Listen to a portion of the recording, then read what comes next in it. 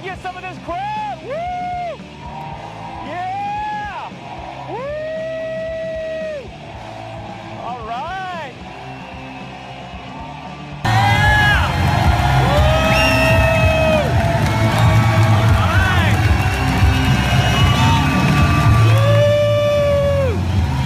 Woo! All right. Thank you. Today I want to talk to you guys about the success and achievement blueprint. And it'll be queued up here in just a second. But let me ask you a question. Have you ever, let's say you're reading a book, or let's say listening to a set of CDs on goal setting.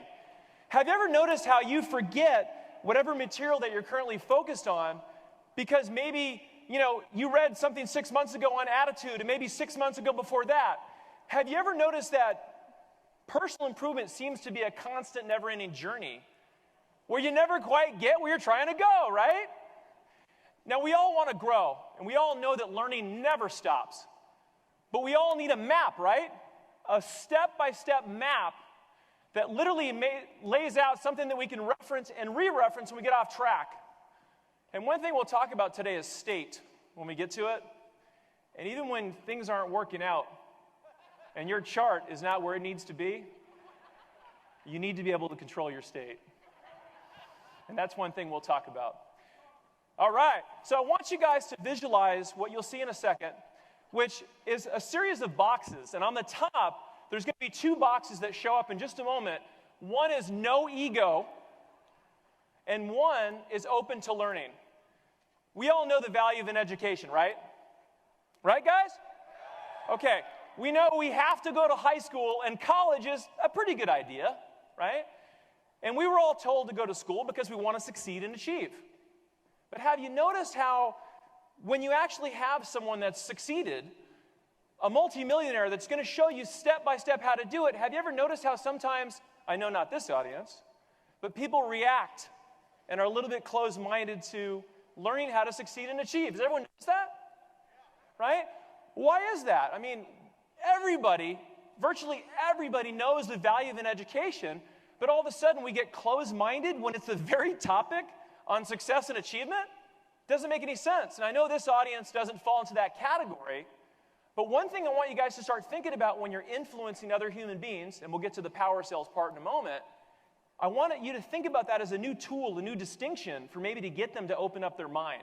Because that's what's going on, and if you can identify and they start to question their beliefs of why they're closed-minded on something that's going to help them succeed, maybe that'll be another tool to help you influence them.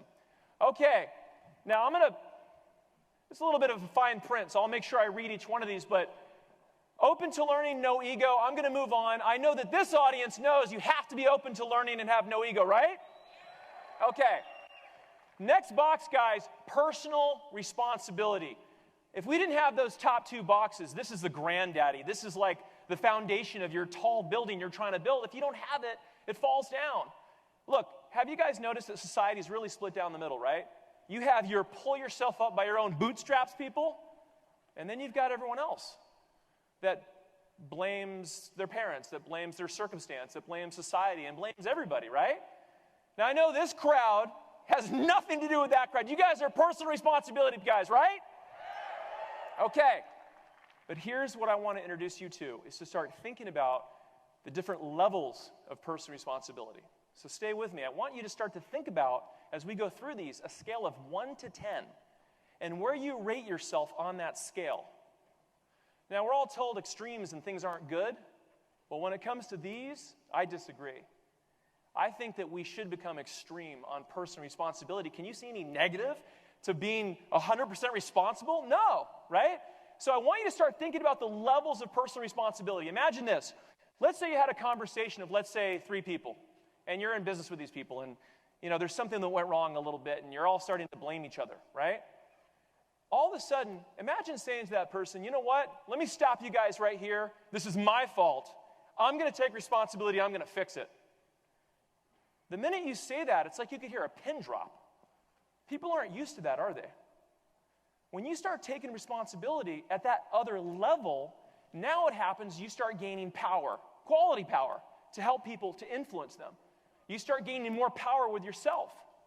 The ability to take personal responsibility. So really what I wanted you guys to focus on as we go through this is the different levels of where you feel that you're at on that scale. So start to ask yourself right now, and if you have notes, rate yourself real quick on a scale from 1 to 10, 10 being the highest. Next one, passion and drive. We all know we need passion and drive, right, guys? You got to have passion and drive. This audience probably has that. You're probably already born with that. But here again, I want you to stay with me to start thinking about the different levels of passion and drive. Specifically, here we go. We're going to branch out to the right. Energy, beautiful, thank you. Energy and proper eating. Now, don't worry. I'm not going to go on a whole sermon about eating. You guys all know this stuff. The information's out there. You've probably bought the tapes, bought the CDs. You know you need to eat small portions, lean proteins, all that stuff. You know that. But what I want you guys to think about is this. Think about passion and drive for a second. It's what? It's energy. It's energy. And when we talk about Power Sales University, besides all the tactics and the techniques, which we'll go through in Power Sales University, and I don't want to take anything away from that, but the power base behind salesmanship is a transfer of enthusiasm, right? You guys have heard that before, I'm sure. But what is a transfer of enthusiasm? It's transferring energy, right? Okay. So let's use me as an example. If I didn't bring it today and I had a giant pizza last night and 5 drinks, and even though I'm a passionate person naturally, where's my passion going to be at? What level is it going to be at? So, right, low. Thank you. So what I want you to think about, and stay with me now as we start to link these boxes together, back to personal responsibility, isn't it my responsibility to bring it when I come here to serve you guys? Okay, so think about it this way, and this is, again, I get real extreme on this stuff, but isn't it your responsibility then to increase your levels of passion to make yourself more money and also to serve your people, your community, and ultimately your family, your spouse, right? Okay, so I just want to introduce one new idea behind why you should eat right, why you should exercise, which is the other box on the other side. And I just want you to think about, besides all the stuff you know, like maybe it makes you live longer. Yeah, okay, that's a good idea. But besides all that stuff and feeling better, it's going to make you more money because you're going to have more energy, right? Just one more reason to do it. And I believe, this is my belief, it's our personal responsibility to bring it, and we can bring it through exercise, through eating right, which ultimately feeds our passion. Next box, belief and expectations. Now, this audience is sophisticated. I don't need to tell you that we don't get in life what we want. We get in life what we expect, right? This audience understands the power of manifestation, right?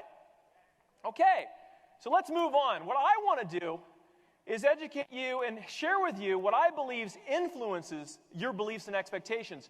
Certainty. What in the world is that? Okay, so we all know we need to be confident, right? We were told since we were kids, you need to be confident. Listen to how I try to say the word confidence with as much power as I can. You need to be confident. I give that like a 5. But listen to this. Listen how even the word sounds on your tongue. No, you need to be certain. There's confidence, and then there's certainty. Certainty trumps confidence. Now, you're going to learn about certainty in Power Sales University. We're going to get really into it. I just want to give you a taste of how certainty can influence other human beings to take action to help you serve them, and how you can serve yourself. Because when you're ultimately in your mind or in your private space telling yourself you can do it, check this out. You know what? I can do it. Okay, that's nice. But guys, did you know that 93% of human communication has nothing to do with the words we say? 93%. My goal with Power Sales, or I should say one of my goals, is to get you to see things through a different lens, where you start to realize, wow, that's crazy. 7% are just the words. That's it. That's it. And if you've had any type of powerful sales training, most likely it's just been trained on the words. What about the body language? What about the voice qualities? But We'll get into that in a minute with power sales, but what I want to talk to you guys about is how it affects yourself. Because the techniques used to influence other people are also used to influence yourself. So, 55% is body language, 38% is voice quality. So in your privacy, where's your certainty when you say, I can do it? How does this sound? I can do it, right? More certainty. What happens is when you do that, you start to condition your body to produce a better result. You're more certain. So I just want you guys to start being cognizant, start being aware of where your body language is at. Even in the privacy of your own home, and also where your voice qualities are at, right? So you can bring it. All right. Woo! Perfect transition, audience. Thank you. Your state. Your state, short for mental state. I believe, and I'm not the first person to say this, but I believe that your mental state is the most important thing that's going to affect your ability to succeed or not. Why? It gets back to what we talked about. You don't get in life what you want. You get in life what you expect. Someone asked me on the way over here, what's the biggest audience you ever spoke in front of? I said 1,000 people. And they kind of looked at me. They kind of looked at me like, oh, you're in for it. No way. I get in life what I expect. And I've expected to be here since I was a young man. I knew I had these tools. Right? So we get in life not what we want, what we expect, but ultimately that's a nice way of saying we get where our state is at the moment. So guys, there are tools how to manage your state. Now, my gift is Power Sales University, but if you're interested in contact life leadership, I'll give you guys, some of the 5 top books, tapes ever on how to manage your state. I've been to seminars where literally you walk across 2,300-degree hot coals. And there's no trick to it. I had the guy that came up with a wheelbarrow, and he had the fire going right there, and he told me to step back a little bit, and he put nice, fresh ones down. Have you all heard of how a mother can pull a trapped child underneath the car and lift up that car for a couple inches? Right? Would you like to learn how to use that skill set and how to develop that? Okay, maybe we can't lift up a car a couple inches, but we can get in the right state to make the phone calls, to influence who we need to influence, to persuade who we need to persuade. So state management is key. Next box, influence yourself and others. Okay, that's what Power Sales University is all about as far as the influencing others part. And one thing I wanted to share with you really quick is that we have to be careful that there's been a lot of sales trainers that have gotten in our heads over the years and said, hey, it's just about educating people. It's not true. We have to close, but close is not a dirty word as long as here's a nice phrase for you, influencing with integrity. Influencing with integrity. It's okay. If someone asks me, are you trying to close me? Absolutely. And that's a good thing. Let me tell you why. Right? Influencing with integrity is a good thing because, let me ask you guys a question. Did you guys know that all studies agree that people do not buy things? People are sold things. So once you start to understand that and you go, wait a second, that's true. I love what you guys do. I love it. I mean, the fact, give you guys a round of applause, guys. Come on. I love what you guys do. You guys are helping other human beings succeed, get into a better financial position.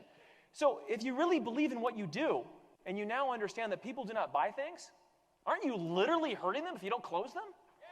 Right? So it's going to take some time to sink in, but when you go through power sales, we'll get into the nitty-gritty of that, but I wanted to talk to you about this. Okay. There's 3 things that influence me to become very extremely proficient at sales, and I want to share these because they're on our same line here with beliefs and expectations. There were 3 things that influenced me. Number 1, I had been in sales for about a year, and it was time to go to college, okay? But guess what? I decided not to go to college because I was in the highest paid profession on earth like you guys are, sales, right? I mean, I was an honor student. I freaked out my mom. But you know what? Think about it. If you're in the highest paid profession on earth, why not get a degree in that? Why not get a degree in that, right? 90% of all sales never even read one sales book in their life. Why is that? If you go up to the top box, ego, I've even had people over the years say, well, I've never had to read a sales book. Why would you be proud of that? It's crazy. So the other thing that influenced me is this. I heard one time that when you've truly mastered something, you can teach it. Think about that. Let that process. If you've truly mastered something, you can teach it. So table that for a second. Here's my third thing. This is my favorite quote. I may go over the top with this, but this quote, for me, changed my entire life. I think about this quote no less than once a week. Now, unless you like being mediocre, I think it'll have the same effect on you. And nobody likes being mediocre, right? Here's the quote, guys. Without committing to excellence, you're accepting mediocrity. Think about that. Even if you don't believe it, we get in life not what we want, what we expect. If you expect that to be true, it is. So for me, I know it's a little extreme, but I like it. Right? Without committing to excellence, you're accepting mediocrity. So all I did, guys, and I encourage you guys to do the same, is I simply said to myself, okay, if mastery is the ability to teach something, to truly master something, I'm going to plug that into excellence now. And I was already number 2 at the time out of 1,000 salespeople, but I couldn't teach it. You're not supposed to compare yourself to others, right? But to yourself, right? So I said to myself, you know what?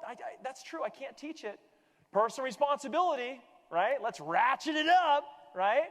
I'm like, let me take responsibility and commit to excellence and master the art and science of sales to the point where I could teach it, even though I had no intentions of becoming a sales trainer. The truth is, guys, any of you in this audience could become sales trainers. Not that you want to go do that, but my point is, if you master your very profession that you're in of the art and science of sales, does your income go up or down, guys? Up. So when you go through Power Sales University, and let me tell you, they gave you guys a gift. I charge $495 per person, okay? And they work something out for you guys, which is nothing near that. So you guys have a real gift from your owners, okay? They want to help you educate. The ability to persuade other people, guys, is a learned skill. My profession is filled with a bunch of narcissists, right? Oh, look at me, I'm a sales trainer. No. It's easy. You just have to study it. So when you go through that, that's the whole reason why you'll see I stretched it out without getting into the details.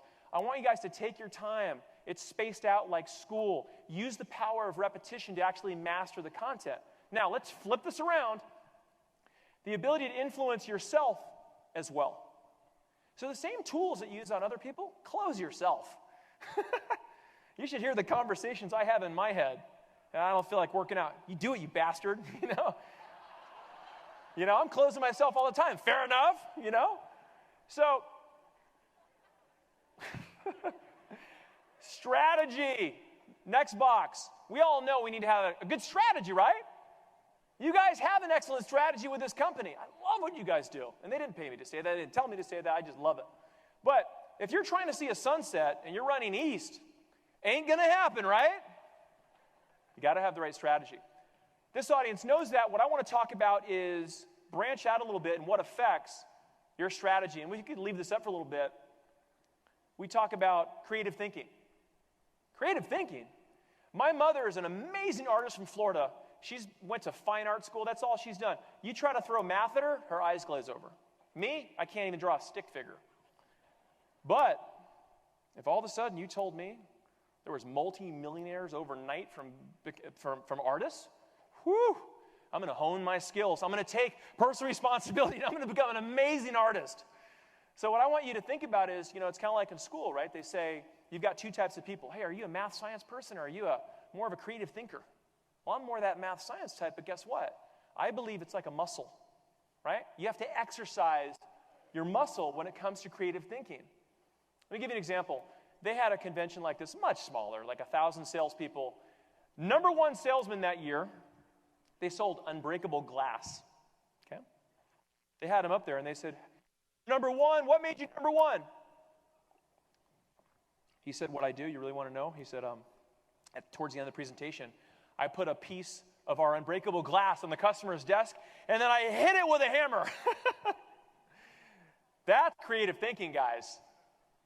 They had him up the following year, and they said, what are you doing up here? You're up here again? How come you're number 1 again? What are you doing this time? He said, now I give the hammer to the customer to hit the glass. So that's creative thinking. So just start to think about exercising that muscle. Stay with me. And what level of responsibility are you willing to accept that, you know what? Yeah, I don't just believe that I'm born one way or the other. I do believe I can exercise that creative thinking muscle. All right. Let's go the other extreme, hop over the fence to the exact opposite, which is modeling. Modeling is the exact antithesis of creative thinking. Modeling is simply duplicating what someone else has done, reverse engineering it. Think the Japanese. They didn't invent the television. You wouldn't know it. Panasonic, Sony, and I think even now they have TVs coming out of South Korea. But the point is, they didn't invent the television, but they're excellent modelers. We need to become excellent at reverse engineering other successful people. Here's where these boxes start to connect. We need to take that responsibility to do that and remove our ego from the process. In this organization, I'm sure you have plenty of successful people you can model, right? All right. Let's model what they do. Now, you're going to see when we get to focus, no ADD, there's a preview for you. When you, ironically, if I could just criticize our type A brethren, I'm one of them. If you take a successful person out to lunch or dinner, what makes you successful? What do they normally say? There's just two things you need to know. Two? Look at this chart. Two. But we'll get back to that. But pattern recognition is one thing I want you guys to start exercising on the other side. The ability to see patterns. You start to look at the successful people in your organization. You start to recognize patterns that make them successful. And you can start to duplicate those results. Because, when I was a young man learning sales, that was really my primary focus, besides reading all the books and the tapes and all that. But ironically, you start asking a person, okay, what are the number one objections in your industry? I don't know. Okay. And they kind of don't know. And then you kind of have to pull it out of them. And then what are the rebuttals you say? Well, I just kind of say what, they're all over the place, right? Oftentimes. So we have to recognize patterns. Final box, linear thinking. Linear thinking, what's that? Think engineers. Think engineers. Step by step by step, right? This flow chart, guys, is just a product of linear thinking. I'm not an engineer. I don't think like an engineer, but guess what? I pulled in that piece. I really like how engineers have a step-by-step linear process of how they think. There's room for that and the ability to succeed, right? Right. Let's incorporate that. So let's go one extreme where we get the creative thinking, and let's start get the pattern recognition piece where we can start recognizing patterns and have linear thinking. And that'll tie into time management in a moment. All right, next box, attitude. Come on. What am I going to say about attitude you guys don't already know? The whole personal improvement business was born out of attitude. I just want to say one thing on attitude. My little piece is this, one sentence. I think you have to see things how they are, not worse than they are. And then I think we owe it to ourselves to see it better than it is, okay? But this audience knows you have to have a good attitude. Let's move on to focus. No ADD. All right. You may feel like I'm coming down on you here. I don't know. Who in here is a type A personality? Raise your hands. Okay? Did? Wow. Well, a lot of type A personalities are guilty of kind of being all over the place. High energy, ADD, right? And these phones, these are crushing us, right? I mean, when my wife and I have date night, I'm the one telling her to put the phone away, to be present in the conversation. We have to be careful. Focus and ADD will kill you in two ways, right? One is when you're selling. If we could tie back into state for a second, you have to condition yourself to get in the right state to truly focus on your customer. You have to learn how to relax, be present. I'll teach you guys tools like that. But also for yourself. Not just for your family, your children, but when you've got your own plans, when you're building your own success and achievement blueprint, your plans, you've got to focus, right? You can't be all over the place, right? Agreed? Now, that can be challenging for some of us. I understand. I was one of them. But I believe it's our personal responsibility to ourselves, our family, our community, to get better at these skill sets. And that's why I really want to stress exercising that muscle. All right, next box, massive action. Okay, once we have all these things, we've got no ego, which is awesome. We're open to learning. We're taking responsibility at a whole new level, right? Maybe now we're up to 7, 8, 9, 10.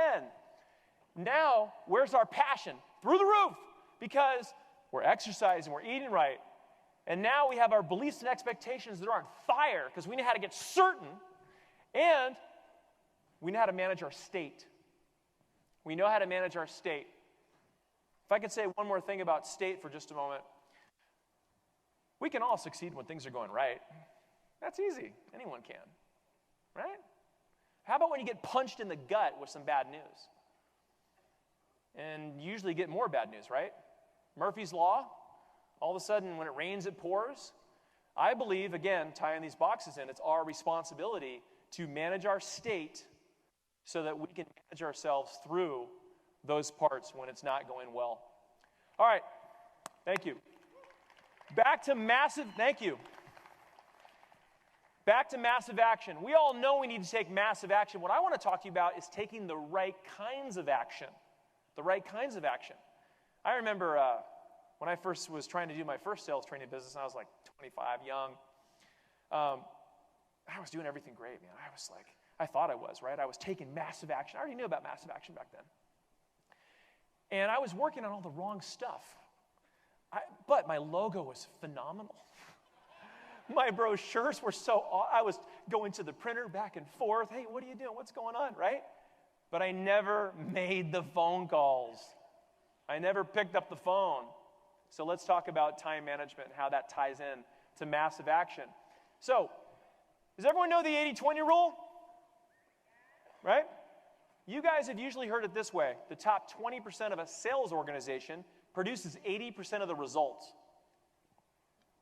But did you know the 80-20 rule also applies with all kinds of categories, and one is time management. If you had a list of 10 things on your list, 2 are going to account for 80% of the production. 2.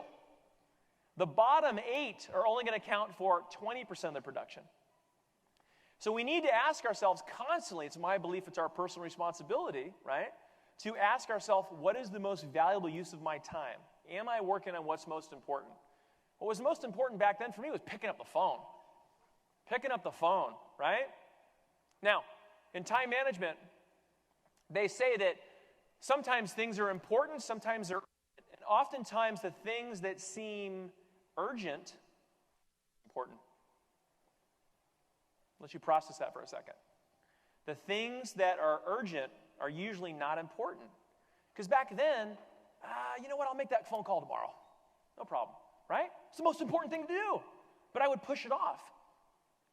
Have you ever heard this one in life? They say that people do what is stress relieving instead of goal achieving, right? So that we have to be careful. We have to be, again, taking personal responsibility, right? Be hard on ourselves. Where are we at on that scale to say, you know what? Get yourself back in there. Pick up that phone. That's most important, not clearing out your 50 emails first, right? So we have to ask ourselves, what's the most valuable use of our time and work on what's most important.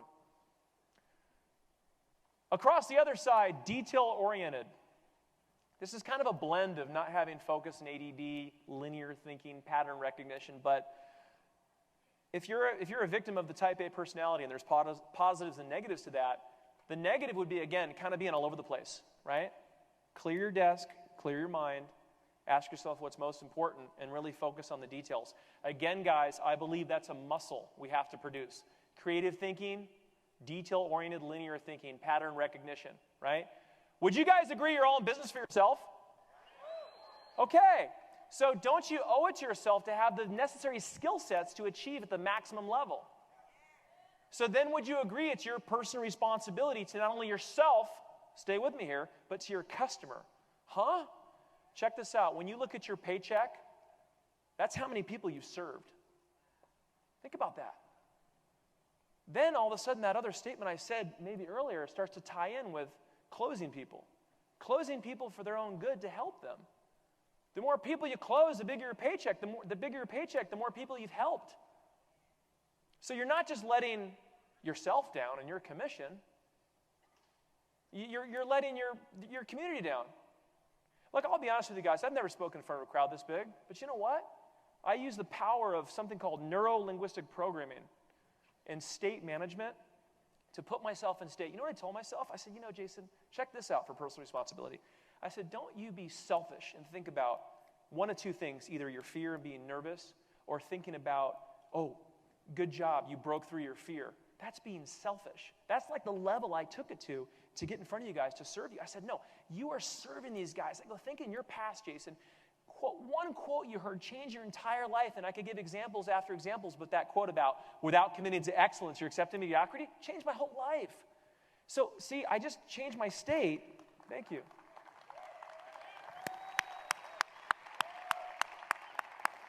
So I linked up being nervous to being narcissistic. That's kind of weird.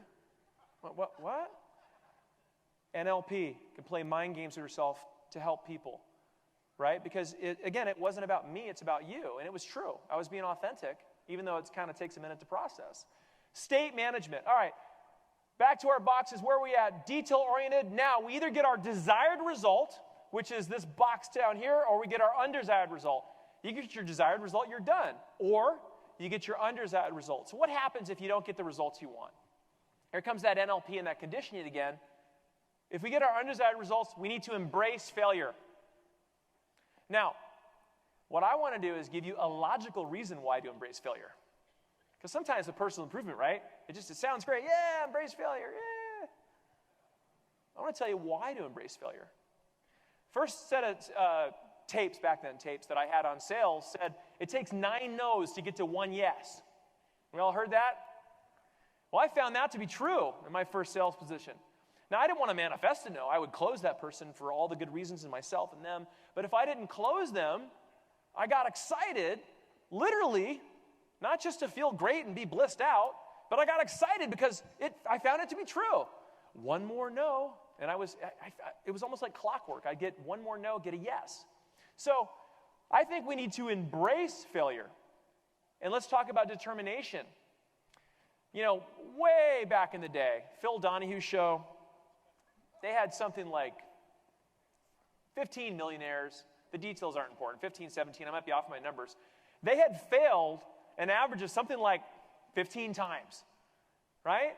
So doesn't that tie into our 1, 2, 3, 4, right? 10 no's to get 1 yes? Think about that. So when you start looking at it that way, it starts making sense. I used to tell my wife years ago, I'd say, you know what? Back when I was really pushing hard and trying to, climb the ladder. I mean, we're all trying to climb the ladder, but I think you know what I mean. But, I used to tell her, I don't care. You know what? You freaking put on my tombstone, here's a guy that failed to become a millionaire, but he swung the bat, and he never stopped swinging. Right? Thank you. So I believe that stuff. I believe we need to condition ourselves because, I heard this years ago, I love this. This gives me goosebumps sometimes when I say this, but in the game of baseball, right, 3 strikes, you're out, right? The umpire calls you out. But in the game of life, you're your own umpire, right? You call yourself out. And the law of averages says that if you keep swinging, you will hit a home run, all right? So with all these things we're talking about, guys, and we'll hit the last box in 1 second, most people aren't committed to excellence. Most people aren't going to notch up on the personal responsibility, all these different boxes.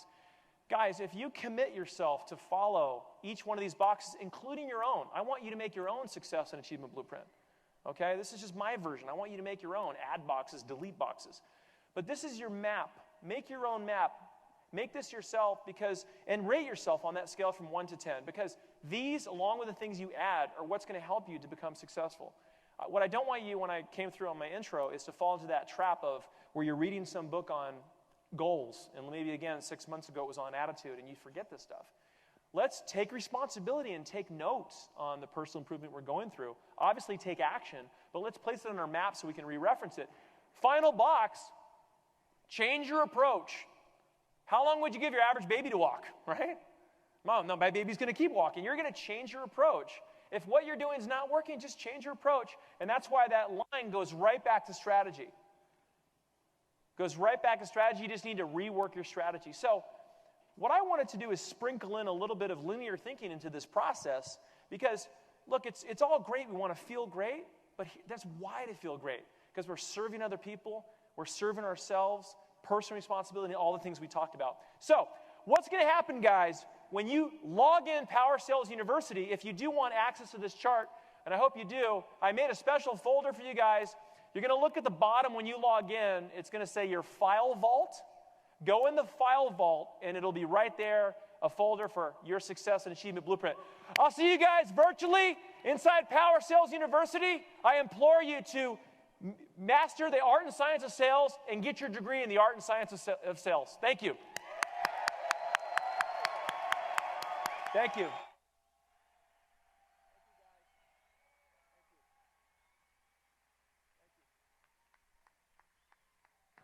Ladies and gentlemen, we are now in a 20-minute intermission.